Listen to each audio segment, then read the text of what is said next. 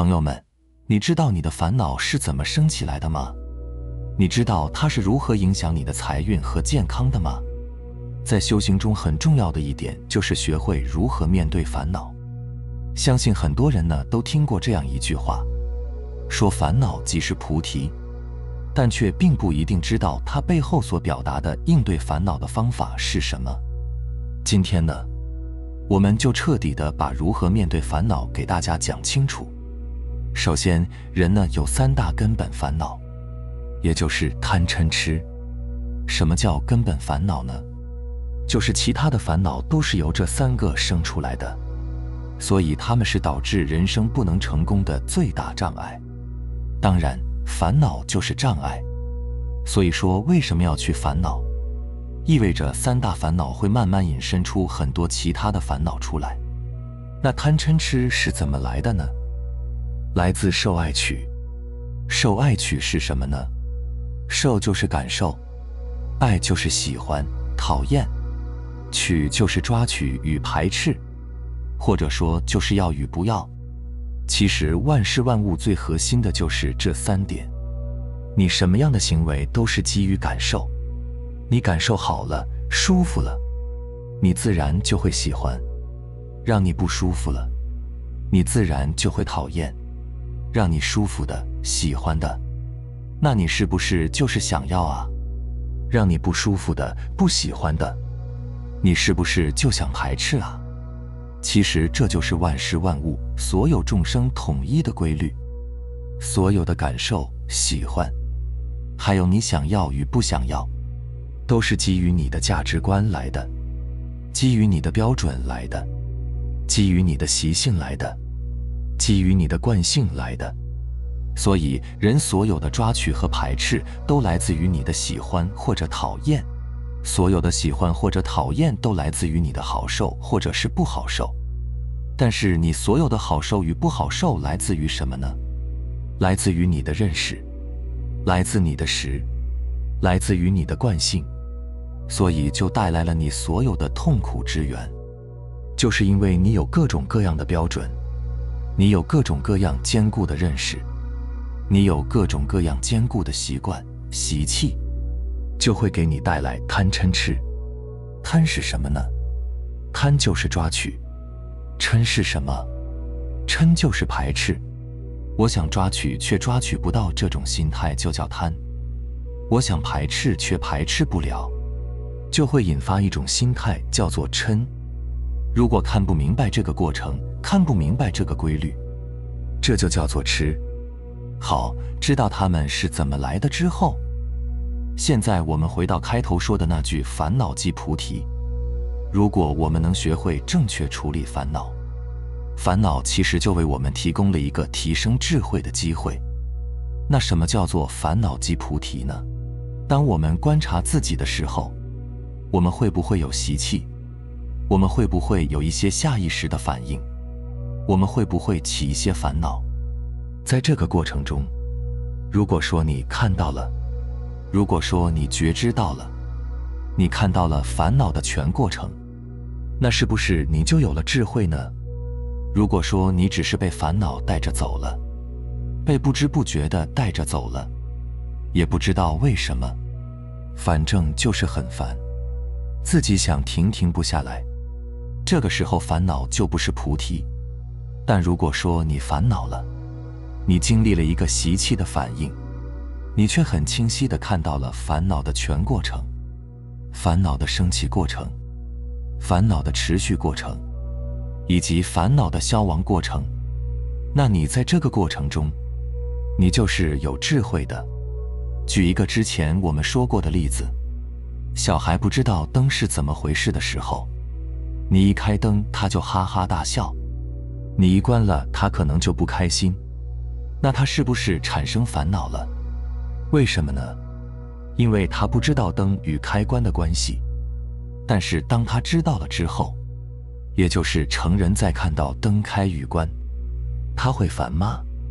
他不会烦了，因为他知道有人开灯的话，他自然就会亮；有人关灯的话，他自然就会灭。但是成人还可能会有烦恼，会有什么烦恼呢？这个人怎么那么讨厌？他为什么把灯给关了呢？你看不到他为什么要关灯的开关，你不知道为什么，所以有了烦恼。但是当你知道他为何关灯的时候，那你还烦恼吗？可能也不那么烦恼了。所以真正做到烦恼即菩提，是需要看到它背后的真相的，是需要提升觉知的。当你看到了，觉知到了，一切烦恼当即便会消散，这一点非常重要。六祖慧能大师呢说过一句话：前念浊境即烦恼，后念离境即菩提。这个浊境你也可以换成着相，一个意思。着相就是对外境起了评判，不着相就是安静不带评判的看见。佛家叫做观。你看，你生在无常的外境之中，你若是着了它，因它起心动念，那你就进入了烦恼。你若是不着它，如如不动，那你就证得了菩提。那具体该怎么做呢？就拿我们生活中常见的一个烦恼心来举例吧。相信很多人呢都有过嫉妒别人的时候，那你有没有想过，嫉妒心升起背后的真相是什么呢？你为什么不会嫉妒你喜欢的某个明星，还有那些特别有名的大企业家？为什么偏偏去嫉妒那些曾经跟你一起长大的同学、朋友，或者是你亲戚家的兄弟姐妹、你的同事？怎么老是去嫉妒他们呢？其实问题就在于这些非常成功的人呢，离你非常的遥远，他们和你之间也没有什么共同点，反倒是你的这些同学、亲戚、朋友、同事，他们离你很近，他们曾经或者现在都和你有着很多相同的地方，比如共同的经历、相同的生活环境、差不多的年龄，或者是一些在生活上的交集和圈子。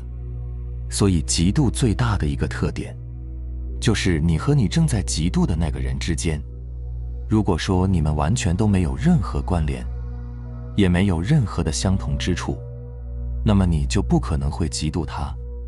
其实可以说，你们最初的共同之处越多，越往后你们的区别越大，那么这个人就越容易被嫉妒，是不是这样？其实如果你仔细地审视一下，你还可以发现，一般嫉妒别人的人，并不是想把自己提升到对方那个高度，相反，他们其实只是想把那个被嫉妒的人拉回到，或者说拉低到自己的位置上。你可以看看自己是不是这样，最好是你们都别跑太远，谁跑得远我就把谁给拽回来。表面上一看，你的嫉妒可能是指向比自己更厉害、更牛、地位更高的人，但是实际上呢，你是希望实现一种平均化，这是一种很低频的能量，这是一种很弱势的表现。那么我们再往更深处看一看，导致你体内经常升起嫉妒这种低频的负面的能量，在它的背后到底是什么呢？就是你头脑里不停地去想象对方的生活情境，去想象对方的心情感受还有想法，去幻想着对方幸福得意的样子，然后呢，再拿这些跟自己的现状生活情景进行比较，这样你肯定会觉得老天爷对自己不公平，或者说太偏爱别人，别人太走运。然后呢，你一定会生出来各种各样的自我评判，或者说对别人的评判。你看，嫉妒就是这么来的，在它的后边往往紧跟着的就是愤恨，要么你恨别人，要么你恨自己不争气，恨自己没用，这会让你完全错过了自己当下的鲜活的生命体验，把自己宝贵的有限的生命活生生的给活成了别人的背景板。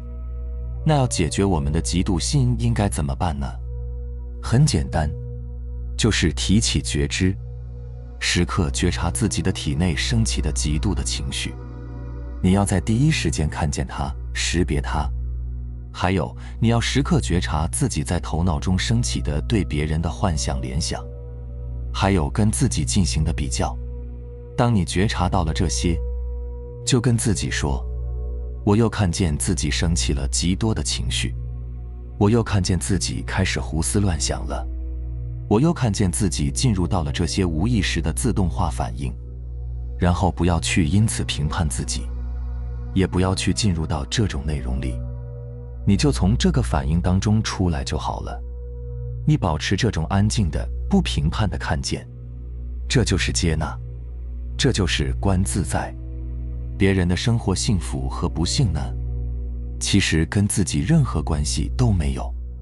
当你一次次的通过觉知，去看见生活中种种烦恼的真相，不被他们所牵引，那你的智慧是不是就一次次的在增长？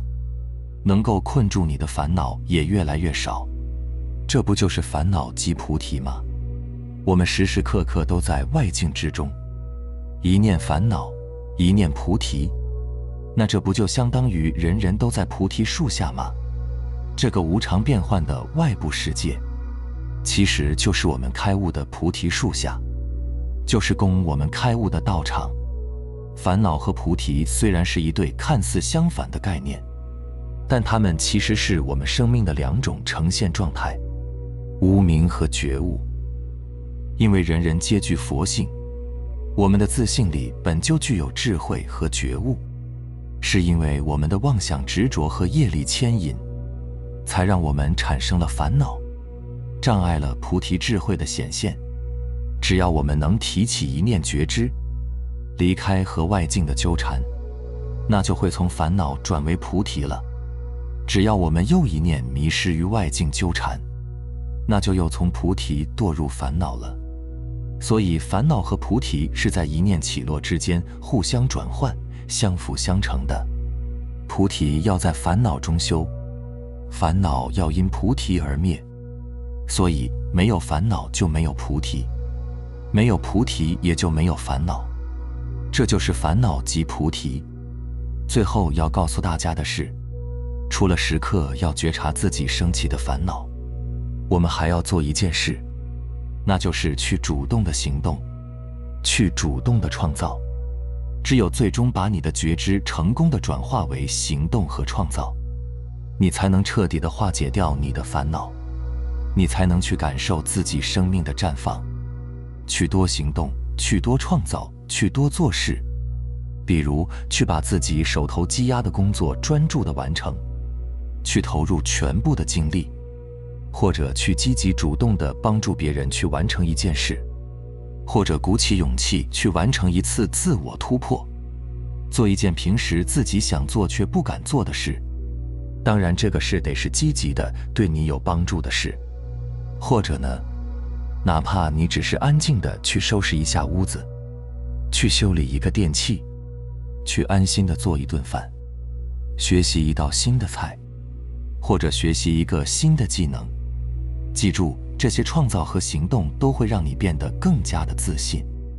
只要你带着觉知去做事，去创造，去行动，那么你就会让自己更加接近生命真实的层面，远离你头脑里的那些颠倒妄想。明白了吗？好了，非常感谢你能看到这里，希望能对你有所触动和启发。我们下期再见。